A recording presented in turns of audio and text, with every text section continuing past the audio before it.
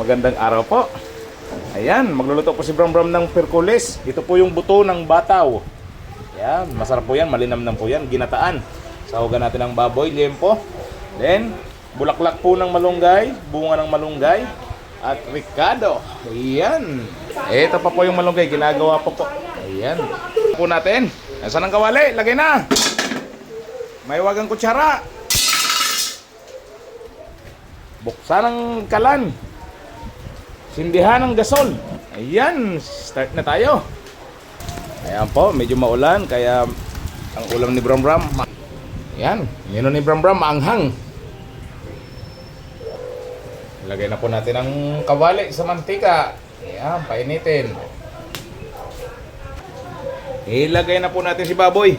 Prituhin natin. Ayan, ito. Mekos-mekos lang. Ayan. Lagyan na po natin ng asin para lumasa na. Yan. Ilagay na natin ang bawang para sabay na sa pag-brown niya. Sabay na rin natin ang luya. Yung sibuyas, mamaya. Ayan. Medyo nag-brown na po. Pero parang tingin ko, nag-brown yata yung kawali. Ilagay na natin si sibuyas. Ang sarap. Ayan. Mas nag-brown po yata yung kawali, hindi yung karne. Libasa, brown yung nagluluto. Ilagay na rin natin ang peking gata. Okay, alam nyo na yon. Peking gata. Alam nyo na yung tunay na gata.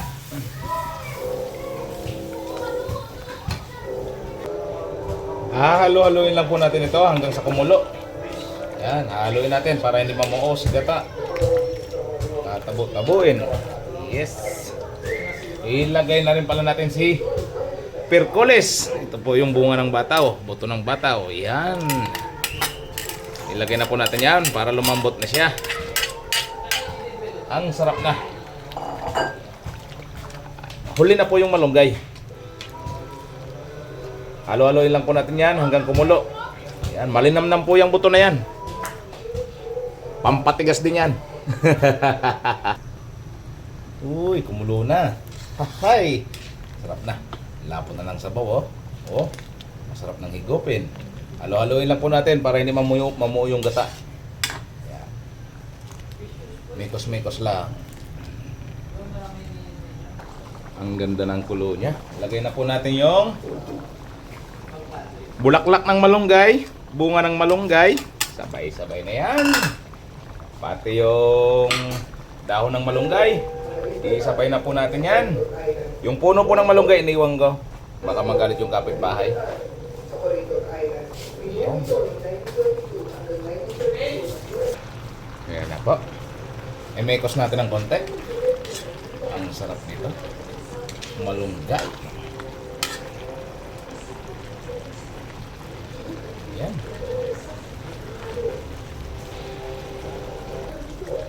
Isama na rin na po natin yung sili para malasa na. Yan. Diyos ko po. Yung boto, pampatigas. Yung sili, pampabuhay ng dugo. Pwede tapos na. Patayin naman si Mrs. nito mamaya. Hay! Ayan po. Konting mikos-mikos. Patuyuin lang po natin ng konti pa. Habang nagpapatuyo po tayo, ano po kaya kung pakipindot naman yung subscribe and like dyan. Maraming salamat po. Yan. Ngayon, yung iba dyan, ngayon lang nalaman ang gulay na itong buto na to. Buto ng bataw. Oh, ang sarap po niya. Napakasarap. Tawag po ng buto na to, tawag nito dito sa Bicol, Perkules. Yan. Napakalinamnam po ng buto na yan. Tataw bang kaldero nito?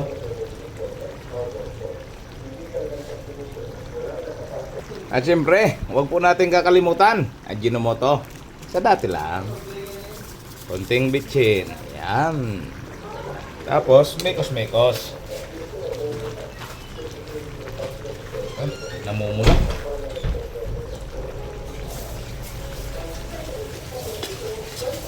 Napakasarap.